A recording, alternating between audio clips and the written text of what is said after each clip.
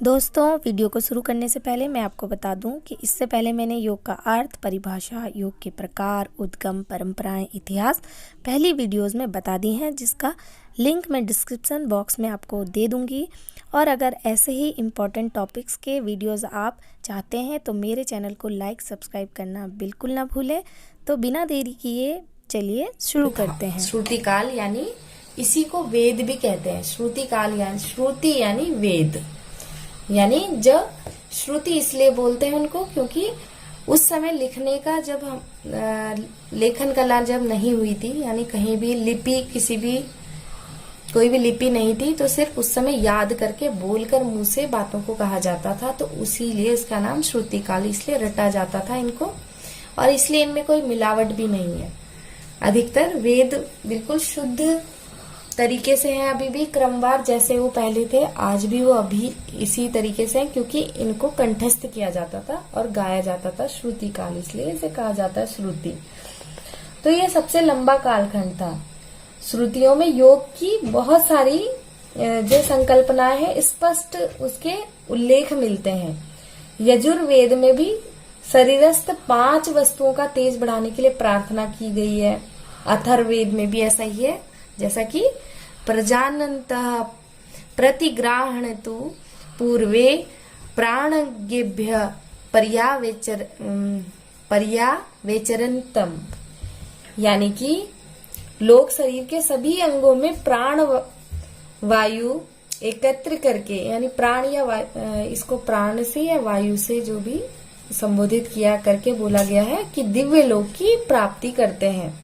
बृहदारण्यकोपनिषद में प्राणोपाने व्यानो दानः समानो न मित्वे तत्सर्वं प्राण में वैवत्य, ऐसा कहा गया है। अर्थात प्राण, अपान, व्यान, उदान तथा समान में सभी वायु ही है, प्राण वायु ही है। छंदोपनिषद में भी इन 5 वायुओं की व्याख्या की गई है। इस प्रकार श्रुति काल में ही योग की संकल्पना सुस्पष्ट हो चुकी थी। यानी जब इतने उदाहरण दिए गए, यानी योग में भी प्राण, अपान, व्यान, वायु का वर्णन मिलता है, प्राण वायु का बहुत वर्णन मिलता है। तो इससे ये मतलब स्पष्ट हो जाता है कि योग तो बहुत पहले से ही है। सुप्त अवस्था में नाड़ियों शुक्ल, नील, पीत, लोहित में प्राण स्थिति होता है, तब मनुष्य स्वप्न नहीं देखता और कुछ नहीं जानता, ऐसा उपनिषद में है, जो है छंदो उपनिषद में बताया गया है। इसका 863 इस श्लोक नंबर में, चैप्टर में इस बारे में बताया गया है। कठोपनिषद में हृदय से निकलने वाली नाड़ियों की संख्या 101 बताई है। कठोपनिषद हृदय से निकलने वाली नाड़ियों की संख्या कितनी? 101 बताई गई है। उसमें से जो नाड़ी ऊपर मस्तिष्क की ओर जाती है उसमें प्राण ले जाती है, वह अमृत तत्व को प्राप्त करता है। निश्चित ही सुषुम्ना नाड़ी है, भले ही इसे कुंडलिनी न कहा गया हो। मतलब वहां पर इस बात का वर्णन है, इसे सुषुम्ना नाड़ी का जो ये वर्णन कठोपनिषद में पहले ही हो चुका है और 101 नाड़ियां बताई जा चुकी है। इसके अलावा श्रुतियों में योग के संबंध में और भी अनेक उल्लेख मिलते हैं। उन सबको यहाँ पर मतलब जो है इतना बता नहीं सकते हैं, लेकिन इतना ही काफी है कि हमारे मतलब श्रुति काल में ही योग के बारे में बहुत ही विस्तृत जानकारियां उपलब्ध हैं। और महर्षि पतंजलि ने ईसा पूर्व 2वीं शताब्दी कालखंड में इसको लिखना आरंभ किया, जबकि वहां पर भी उन्होंने ये जो संग्रह था उसको एक क्रमवार तरीके से बताया था। यानी कि पहले से तो था, तो उन्होंने बताया, यानी कि पहले से इसका वर्णन था तो उन्होंने क्रमवार तरीके से तभी तो बताया। इसलिए ये हमको इससे मतलब पता चलता है कि योग बहुत ही पुराना है, बहुत ही पुरातन है। अब आता है दर्शन काल। इस काल में भारतीय दर्शन के अनेकों सिद्धांत सूत्र ग्रंथों में एकत्रित किए गए। प्रत्येक दर्शन जो है उसने अपने सिद्धांतों का वर्णन किया। योग सूत्र के अलावा भगवत गीता, योग वशिष्ठ, योगी याज्ञवल्क्य आदि की रचना इसी अवधि में हुई मानी जाती है। तंत्र, पुराण, स्मृतियां आदि इसी काल की देन है। इसमें यंत्र, तंत्र, योग के सिद्धांतों, आचारों का वर्णन है। जैसा आप देखेंगे कि जब इसमें दर्शन जितने भी हैं सब में जो योग का बहुत जगह वर्णन है। जैसे जैन व बौद्ध में योग साहित्य की इसी काल की मतलब बताया गया, इसी काल की देन है। इसमें इसके बहुत सारे सिद्धांत हैं जिसमें यम नियमों का बहुत जगह उल्लेख किया गया है, जो कि योग की बहुत ही प्रमुख है। कहीं ईश्वर प्राणिधान का वर्णन है, तो कहीं किसी न किसी चीज का, तप का, उपवास का, स्वाध्याय का, कहीं ना कहीं ईश्वर प्राणिधान का, कहीं ना कहीं किसी अहिंसा और सत्य, अस्तेय, इन सब चीजों का बहुत जगह वर्णन मिलता है इस काल में। यानी कि उस समय योग का बहुत जगह जो है यानी कि ज्ञान होगा, इसीलिए उन्होंने इसका वर्णन किया है अपने जाके। इसके बाद आता है टीकाओं का काल। अब आता है टीकाओं का काल। इसी काल में जो है योग पर पूरा महाभाष्य की रचना हुई थी 4वीं शताब्दी में, ऐसा माना जाता है।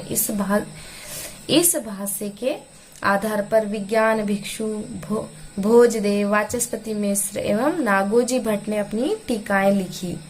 योग सिद्धांत व मान्यताओं का वर्णन इसमें विस्तार से है। यह भारतीय इतिहास का उत्कृष्ट समय था, ऐसा माना जाता है। विविध कलाओं, विद्याओं का विकास हुआ है इस समय। योग पर अनेक ग्रंथ लिखे गए। योग उपनिषद, भक्ति ग्रंथ, श्रोत ग्रंथ आदि, स्मृतियों, पुराण, तंत्र के अनेक ग्रंथ व आचार्यों द्वारा प्रचार व अनुसंधान कार्य इसी काल में होता रहा। फिर आता है भक्ति व हठ योग का काल। 12वीं से 19वीं शताब्दी के अंत तक ये काल चला। नाथ संप्रदाय का प्रचार, शारीरिक क्रियाओं का द्वारा मन को वश में करना, इस काल की मतलब विशेषता इसमें बताई गई है। हठ योग ग्रंथ है, हठ प्रतिपिका, घेरण संहिता तथा तंत्र योग के जितने ये ग्रंथ है, इस काल में इनकी रचना काल इस मध्य हुई। लेकिन उसके बाद उस बीच जो है भारत में जो मुगल, ईसाई आक्रमणताओं ने जो के कारण आश्रमों, संस्थानों, ग्रंथों पर परंपराओं का जो इस समय विनाश हुआ।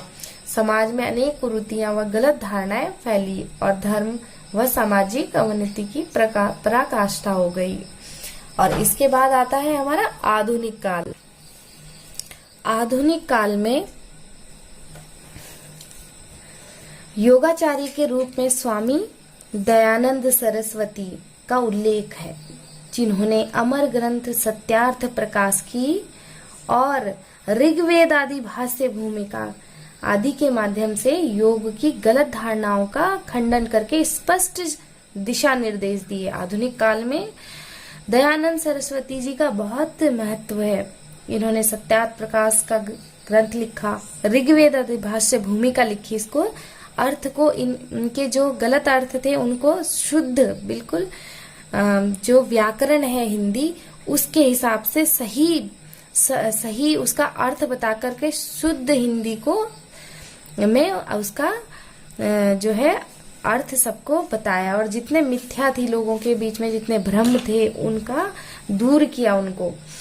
महर्षि दयानंद की योग साधना से प्रेरणा लेकर बालक नरेंद्र को आचार्य रामकृष्ण परमहंस ने दीक्षा देकर विवेकानंद बनाया। यानी जो इनका नाम था बालक नरेंद्र था जब ये बाल्यावस्था में थे, और आचार्य जो रामकृष्ण परमहंस थे जो इनके गुरु थे, उन्होंने दीक्षा देकर विवेकानंद बनाया था, जिन्होंने योग परंपरा को आगे बढ़ाया। और श्री अरविंद, स्वामी शिवानंद, कुवल्यानंद जी, इनको तो आप सब जानते ही होंगे। इन्होंने इस परंपरा को आगे बढ़ाया। स्वामी शिवानंद के शिष्यों ने विदेश में प्रचार किया। स्वामी कुवल्यानंद जी ने वैज्ञानिक तथ्यों एवं तकनीकों के आधार पर योग के प्रायोगिक अंगों का मूल्यांकन पर बल दिया। कैवल्य धाम का नाम तो आपने सुना ही होगा। इस संस्थान स्थापित करके अपने कार्यों को इन्होंने आगे बढ़ाया। रोग और योग की पुस्तक आपने सुनी होगी, पढ़ी होगी, जो कि यहीं से है, मुंगेर से। ये अधिकतर जितनी बुक्स आती हैं ये मुंगेर का बहुत नाम है। योगी श्यामाचरण लिहाड़ी तथा उनके शिष्य परमहंस योगानंद द्वारा क्रिया योग की सरल विधि देकर लोक कल्याणार्थ योग का प्रचार प्रसार किया। स्वामी सत्यानंद ने बिहार योग विद्यालय की स्थापना की। अब बिहार योग भारती के नाम से मुंगेर में डीन विश्वविद्यालय है। अब स्वामी रामदेव वर्तमान में योग को विश्वविद्यालयों में अध्ययन अध्यापन हेतु यूजीसी ने स्वीकृति दे दी है। अनेक विश्वविद्यालयों में ग्रांट भी दिया जाता है, जिसमें गुरुकुल कांगड़ी, पतंजलि विश्वविद्यालय और मोरारजी देसाई योग इंस्टीट्यूट आदि प्रमुख हैं। इस जो आधुनिक जो कड़ी है, इसमें सबसे विशेष बात यह है योग की कि इसमें शरीर विज्ञान, मनोविज्ञान एवं वैदिक शास्त्र से के चिकित्सकों का जो है योग की उपयोगिता से प्रभावित होना जो है आधुनिक समय में योग को चिकित्सा के रूप में प्रयोग करना सबसे महत्वपूर्ण है। योग को अब चिकित्सा के रूप में भी, सिर्फ ध्यान और साधना समाधि में ही नहीं, चिकित्सा के रूप में भी इसका जो है उपयोग हो रहा है। जैसा हम देखते हैं कि हम कोई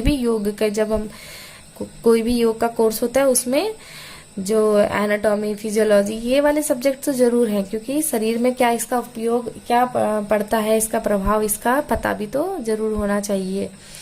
और यह योग में आधुनिक आविष्कार है। स्वास्थ्य, खेलकूद, मनोचिकित्सक आदि अनेक क्षेत्रों में इसका उपयोग होने लगा है। सिंधु घाटी से भी योग के संबंधित कुछ अवशेष मिलते हैं। पशुओं के पास योग मुद्रा में बैठे पशुपति, नागों से गिरे हुए एक योगी शिव, सिंधु घाटी के प्राप्त कुछ मूर्तियां ऐसी हैं जिनको गर्दन, सिर, धड़ एक सीध में, नेत्र, दृष्टि, नासिकाग्र भाग में यह मुद्रा पशुपति योग कहलाती है। मतलब ध्यान की भी एक मुद्रा, ध्यान में बैठे हुए ऐसे लोगों की जो है मूर्तियां प्राप्त हुई है। दक्षिण भारत की तुंगभद्रा नदी घाटी से भी योग के बारे में अवशेष मिले हैं, यानी इतना पुरातन जो है हमारा योग है। योग के प्रकार, पद्धतियां, योग का उद्गम, परंपराएं, विकास, इतिहास, योग के कालखंड, इसका हमने बहुत ये पूरा अध्ययन कर लिया। इसके बाद योग का महत्व के बारे में बात करेंगे और इंट्रोडक्शन इसका वेद, उपनिषद और जितनी भी ये पुरुषार्थ, चतुष्टय, इनके बारे में हम चर्चा करेंगे। नेक्स्ट टॉपिक हमारा ये रहेगा। तो आज का जो हमारा टॉपिक था वो समाप्त हुआ। आगे बने रहिए हमारे साथ, और भी इससे जुड़ी हुई जितनी जानकारी है, वेदों की जितनी, वेद से रिलेटेड, जो उपनिषद से रिलेटेड जितना योग के बारे में है, उसके इसमें बताया जाएगा। पहले ये हमारी यूनिट खत्म हो जाएगी, फिर हम नेक्स्ट यूनिट जो है स्टार्ट करेंगे। मेरा जो प्रयास है वो है कि आपको क्रमवार सिलसिले से आपको योग की जो है जितना भी मटेरियल है वो उपलब्ध हो। तो अगर आप लोग इसको लाइक करेंगे, सब्सक्राइब करेंगे, तो मेरा भी जो है उत्साहवर्धन होगा और मैं भी आपके लिए और अच्छे जो है योग के जितने टॉपिक हैं वो लेकर आऊंगी। धन्यवाद।